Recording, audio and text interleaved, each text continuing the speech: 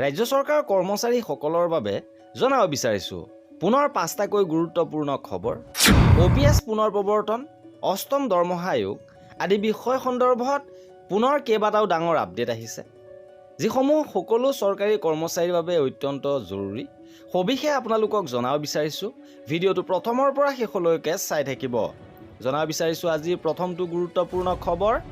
সদৌ অসম কৰ্মচাৰী পৰিষদৰ বৰ্ধিত কাৰ্যনিৰ্বাহক সভা অনুষ্ঠিত হৈ গৈছে। কৰ্মচাৰী পৰিষদে ইয়াত লৈছে কেইবাটাও ডাঙৰ সিদ্ধান্ত। অষ্টম দৰমহা আয়োগক লৈ লোৱা হৈছে ডাঙৰ সিদ্ধান্ত।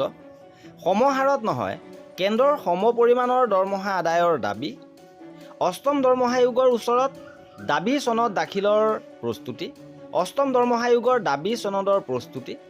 30 জুনৰ ভিতৰত পৰামৰ্শ দাখিলৰ আহ্বান কৰ্মচাৰী পৰিষদৰ। সদৌ অসম কৰ্মচাৰী পৰিষদে আহ্বান কৰিছে যে 30 জুনৰ ভিতৰত পৰামৰ্শ দাখিল কৰিব লাগে। ৰাজ্যিক পৰ্যায়ত দৰমহা আয়োগ গঠনৰ ক্ষেত্ৰত দেশৰ ভিতৰতে প্ৰথম অসম, কাৰণ অসম চৰকাৰে অষ্টম দৰমহা আয়োগ ৰাজ্যিকভাৱে গঠন কৰিছে। আৰু কেন্দ্ৰৰ সম পৰিমাণৰ দৰমহা আদায়ৰ দাবীৰে এইবাৰ দাবী চনদ দাখিলৰ বাবে সিদ্ধান্ত লৈছে সদৌ অসম কৰ্মচাৰী পৰিষদে। ইপিনে 2026 1 জানুৱাৰীৰ পৰা আয়োগৰ পৰামৰ্শাৱলী কাৰ্যকৰী কৰাৰ দাবী। এপ্ৰিলৰ পৰিৱৰ্তে জানুৱাৰীক প্ৰাধান্য দিয়াৰ বাবেও দাবী উত্থাপন কৰিছে সদৌ অসম কৰ্মচাৰী পৰিষদে। লগতে 30 জুন পৰ্যন্ত লিখিতভাৱে দাখিল কৰিব পাৰিব পৰামৰ্শ। আৰু সকলো সংস্থা সংঘৰ পৰা পৰামৰ্শৰ আহ্বান কৰিছে সদৌ অসম কৰ্মচাৰী পৰিষদে। ইপিনে শিক্ষক কৰ্মচাৰীসকলৰ পাৰস্পৰিক বদলিক লৈ আহিছে সুখবৰ। প্ৰক্ৰিয়াটো সহজ কৰি তোলা হৈছে। নতুনকৈ নিযুক্ত শিক্ষকসকলেও এতিয়া পাৰস্পৰিক বদলিৰ বাবে আবেদন কৰিব পাৰিব। লগতে আগতে বদলি লোৱাৰ পিছত পুনৰ আবেদন কৰিবলৈ থকা 2 বছৰৰ বাধা এতিয়া উঠাই দিয়া হৈছে। এই সংস্কাৰৰ ফলত শিক্ষকসকলৰ বাবে সুবিধা বৃদ্ধি পাব। লগতে ছাত্ৰ ছাত্ৰীৰ বাবে উন্নত শিক্ষাৰ ব্যৱস্থা নিশ্চিত কৰাত সহায়ক হ'ব। শেহতীয়াভাৱে অসম চৰকাৰৰ স্কুল এডুকেশ্যন ডিপাৰ্টমেণ্টৰ পৰা এই নটিফিকেশ্যন প্ৰকাশ কৰিছে। ইপিনে অসমত পুনৰ প্ৰৱৰ্তন কৰা হ'ব OPS।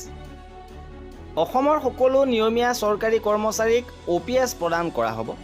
সকলো চৰকাৰী কৰ্মচাৰীক কাম কৰাৰ পূৰ্ণাংগ সুস্থ পৰিৱেশ দিয়া হ'ব। এইবাৰ ৰাইজৰ দলে নিৰ্বাচনী ইস্তেহাৰত এই কথা ঘোষণা কৰিছে। লগতে উল্লেখযোগ্য যে শেহতীয়াভাৱে NPS কৰ্মচাৰী সন্থাই পুনৰ প্ৰতিবাদী কাৰ্যসূচী ৰূপায়ণ কৰিছে। শেহতীয়াভাৱে OPS পুনৰ প্ৰৱৰ্তনৰ দাবীত এদিনীয়া অনশনৰ কাৰ্যসূচী লৈছিল সদৌ অসম NPS কৰ্মচাৰী সন্থাই। এইবাৰ জনাব বিচাৰিছোঁ ৰাজ্য চৰকাৰৰ আন এটা ডাঙৰ সিদ্ধান্ত। আলি আই লৃগাঙত ৰাজ্যিক বন্ধ হিচাপে স্বীকৃতি দিয়া হৈছে। কেবিনেটত এই সিদ্ধান্ত লৈছে আৰু কেবিনেট বৈঠকৰ অন্তত শেহতীয়াভাৱে মুখ্যমন্ত্ৰীয়ে এই কথা প্ৰকাশ কৰিছে যে আলি আই লৃগাঙত ৰাজ্যিক বন্ধ হিচাপে স্বীকৃতি দিয়া হৈছে। আৰু এয়া আছিল আমাৰ এই ভিডিঅ'টোত। কৰ্মচাৰীসকলৰ সকলো খবৰ পাই থাকিবৰ বাবে আমাৰ চেনেলটো ছাবস্ক্ৰাইব কৰি ৰাখিব। ভিডিঅ'টো শেষলৈকে চোৱাৰ বাবে বহুত ধন্যবাদ।